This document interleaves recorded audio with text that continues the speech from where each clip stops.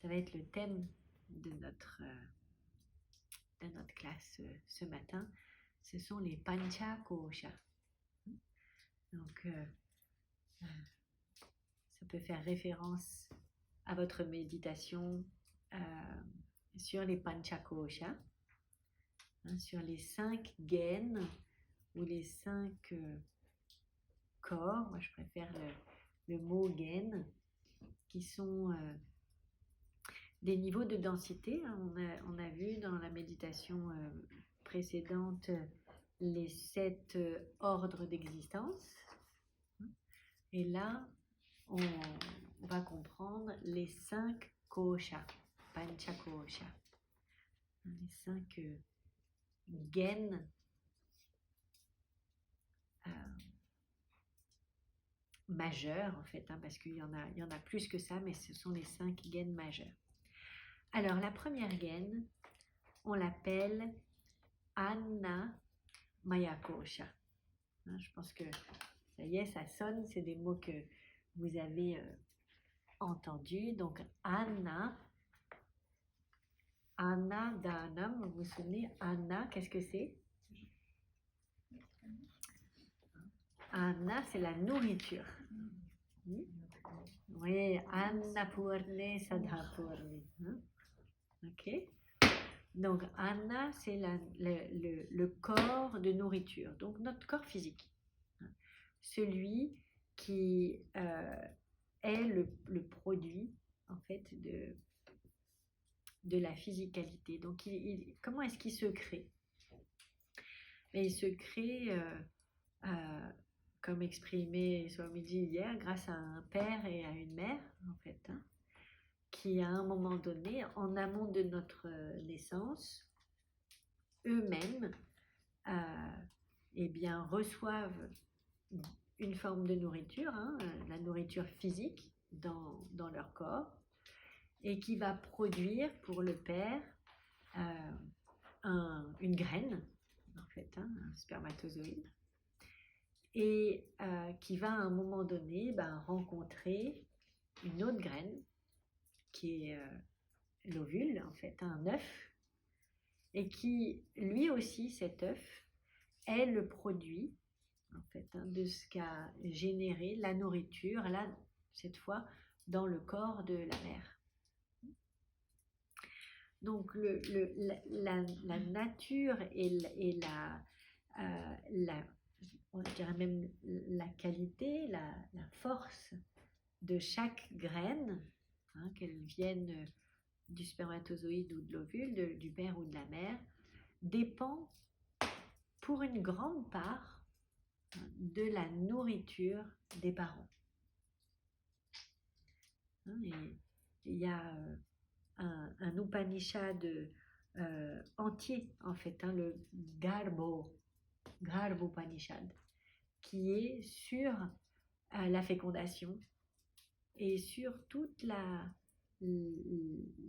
préparation, la maternité, la naissance et la façon dont se constitue le corps physique. Et les autres corps aussi, au cours de la fécondation, de la grossesse et ensuite de la naissance. Et on en a de plus en plus conscience, mais dans des mesures qui sont plus ou moins présentes, surtout chez la mère, que la maman, quand elle est enceinte, c'est bien si elle fait attention à ce qu'elle mange, si elle fait attention à ce qu'elle boit, qu'elle ne va pas prendre certains médicaments, certaines substances. Et qu'en est-il du père? Donc c'est intéressant de voir comme dans le Garbho Upanishad, c'est vraiment les deux, évidemment, puisqu'on est fait de la matière, Anna, de nos deux parents. C'est chouette de retenir ça, que ce soit pour nous en tant que parents ou futurs parents, ou que futurs grands-parents aussi, de pouvoir partager ça si c'est entendable, ou en tout cas de participer en faisant des bonnes choses à manger, des bonnes choses à boire, et en glissant un livre de temps en temps comme ça à l'air de rien. Un livre qui traîne aux toilettes ou hein, pour que cette info elle puisse circuler. Donc cette nourriture consommée par le père comme par la mère sera convertie en graines, hein, pour le père comme pour la mère. Et quand les deux matières se retrouvent, on l'appelle anarasa, hein, quand les deux nourritures font une et que l'embryon, en fait, hein, va pouvoir commencer à se former.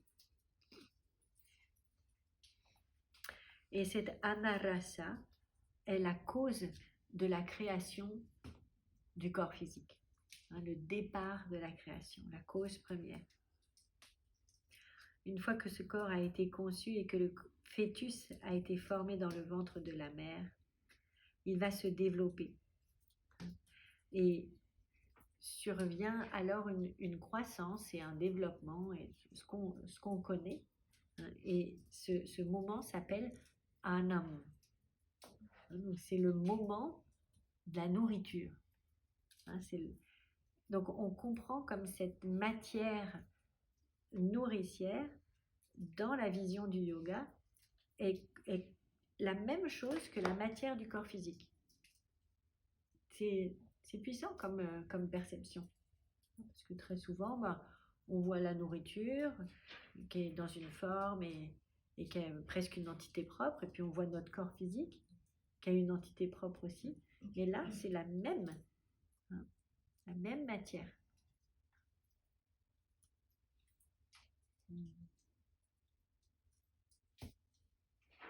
Donc, pendant les 9 mois de conception, toute cette transformation de la nourriture se fait jusqu'à ce que le corps survive grâce à cette nourriture à la fois à nouveau mangée par la mère.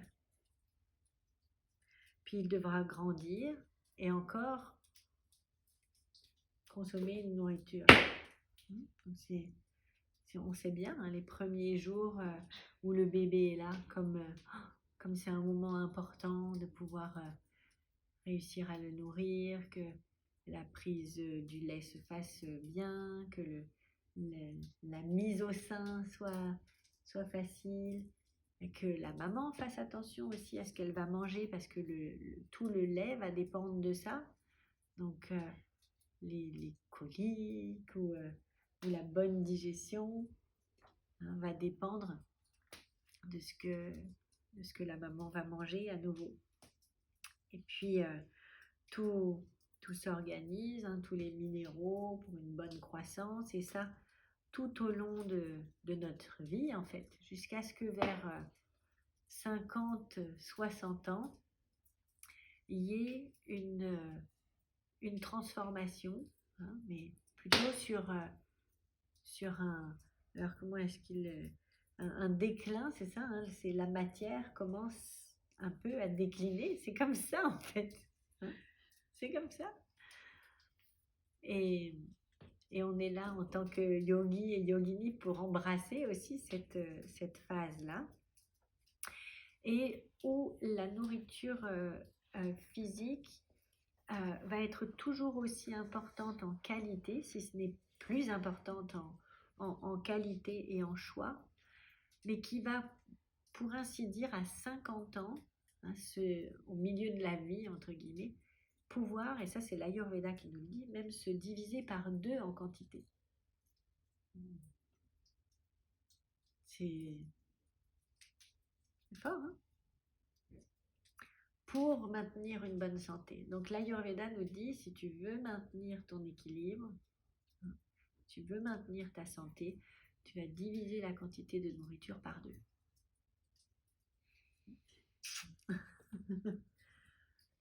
Autant vous dire que c'est pas forcément, en tout cas en Occident, les habitudes des personnes âgées.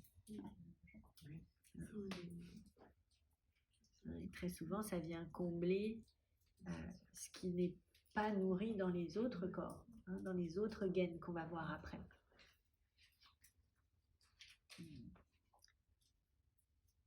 Et à la mort du corps physique, hein, le corps physique vient à nouveau se mêler à la terre pour redevenir nourriture, hein, renourrir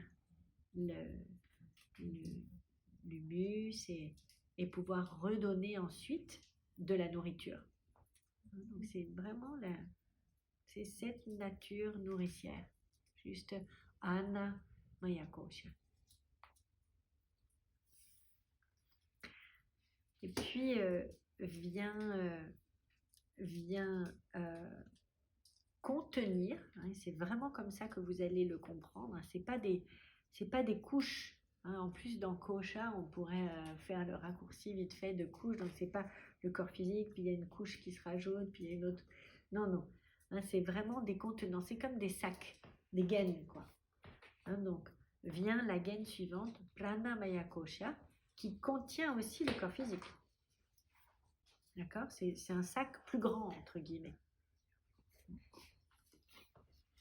Donc, Pranamaya Kosha, la gaine d'air vital. Certains diront la gaine du souffle, hein, ou le corps pranique, hein, ou le corps de souffle. La gaine d'air vital.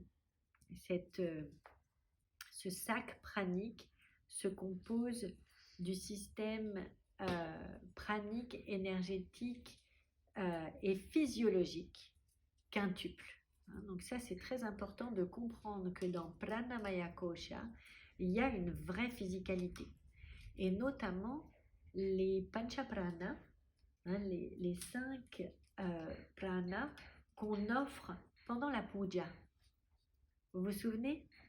Om Pranaya Swaha, Om Apanaya Swaha, Om Vyanaya Swaha, Om Samanaya Swaha, Om Udanaya Swaha. Ok, les 5 pranas qu'on va offrir au moment où on offre la nourriture. Donc c'est effectivement juste la partie peut-être un peu moins densifiée, mais c'est le mouvement physique, les 5 mouvements physiologiques du corps. Donc le premier, prana, c'est le système respiratoire. Okay, et il y en a 5, hein, parce que souvent on se dit, voilà, on le réduit juste au système respiratoire. Bon, il y a des raccourcis incroyables qui sont juste nos ignorances en fait. Hein. Donc prana, le système respiratoire. Apana, hein, comme apanavayu, le vent descendant, c'est le système excréteur. Le troisième, vyana, hein, ça fait une circulation, ça fait la circulation, le système circulatoire. Et puis le suivant, samana, le système digestif. Samanavayu. Et ensuite, le dernier, udana. Hein, udana. Vous reconnaissez en tant que yogi dans la pratique Udanavayu, Uddiyana Bandha. Hein, donc, Uddiyana, on remonte. Donc, Apana, c'est le vent descendant, hein, l'excréteur. Et Udana, c'est celui qui monte, le système d'inversion. Ok, notamment pour pouvoir vomir, notamment pour le retour veineux, hein, tout ce qui va donner l'inversion. Ok. Et il s'appelle les Pancha Vayavaha. Hein, Vaya, c'est les vents, en fait, les Vayu, hein, et Pancha, c'est 5. Et ils sont responsables de la génération de l'énergie.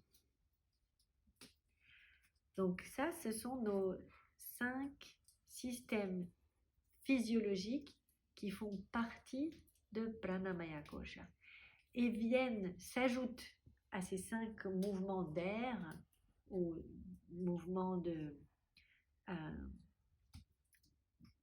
d'énergie, 5 indriyas qu'on appelle les karmendriyas.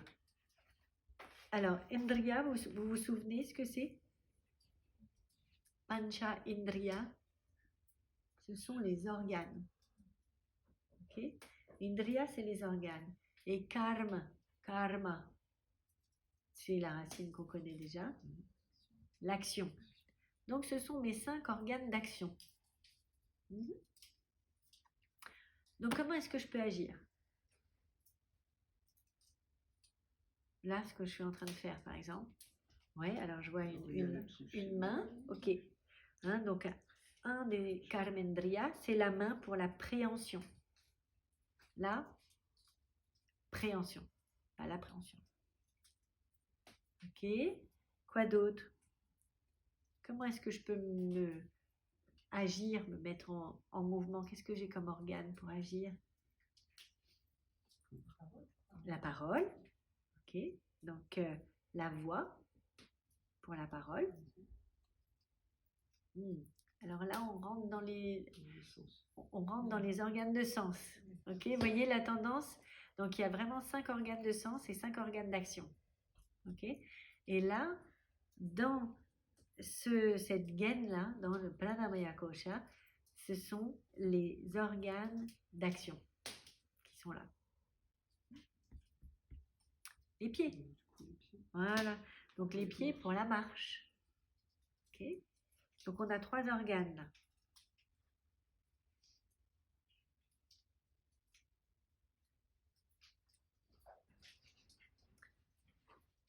Le 4e, l'anus pour l'excrétion. Et le 5e organe d'action, karmendriya, ce sont les organes génitaux pour la reproduction. Donc, ces 5 vayus et ces 5 karmendriya composent en fait cette gaine pranique. C'est chouette de pouvoir comprendre en fait. Oh, d'accord, ok. Les mouvements praniques, mon prana, dépend de ces 10 grands acteurs. Et c'est assez nouveau en général pour nous de considérer ça. Donc, vous l'assimilerez, vous pourrez le ressentir, et à travers notre marche, notre conversation, nos exercices physiques, eh bien, ce corps pranique est engagé. Évidemment, il inclut le corps physique aussi, il est dans le sac.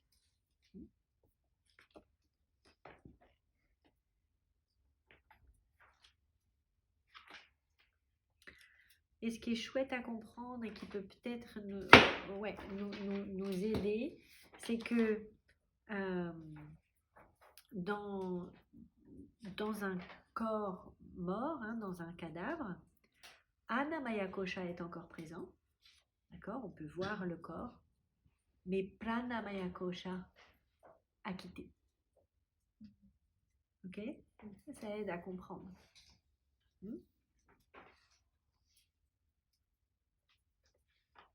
Okay. Et notre 3e kosha, Manomaya Kosha.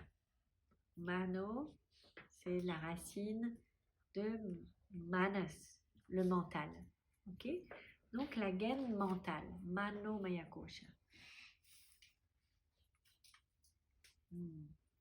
Et dans le Manomaya Kosha résident les 5 sens qu'on appelle les Jnanendriya.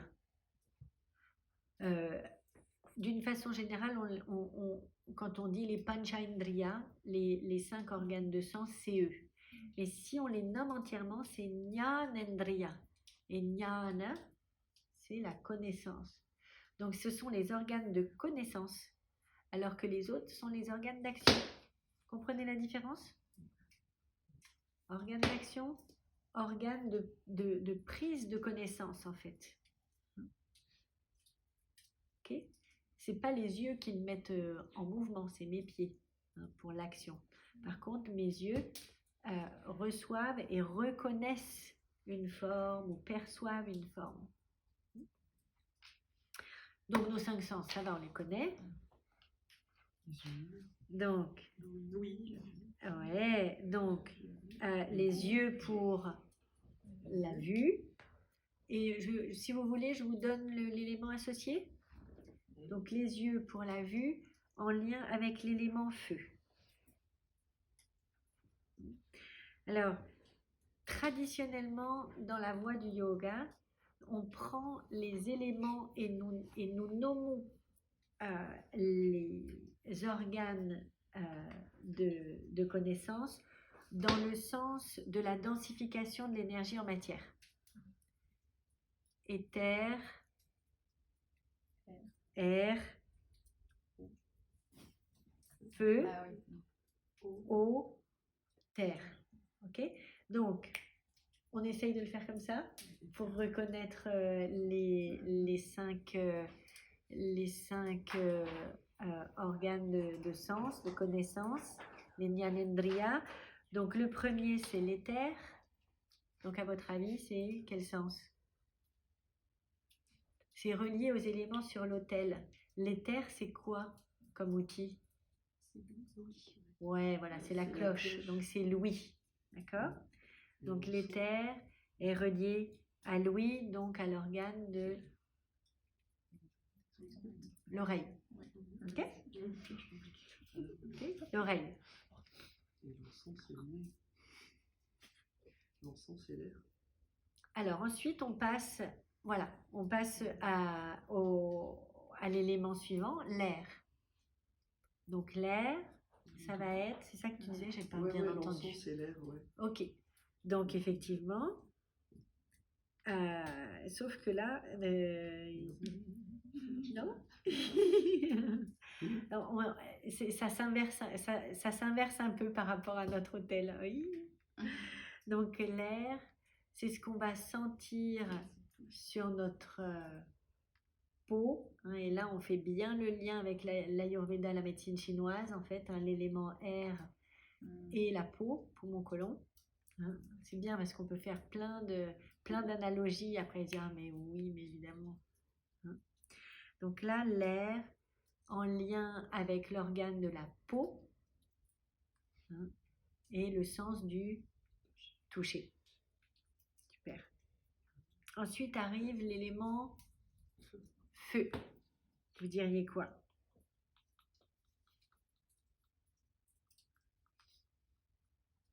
C'est la vue. L'élément feu, la vue, hein, sans la lumière du feu, hein, je ne peux pas voir en fait. Et donc l'organe,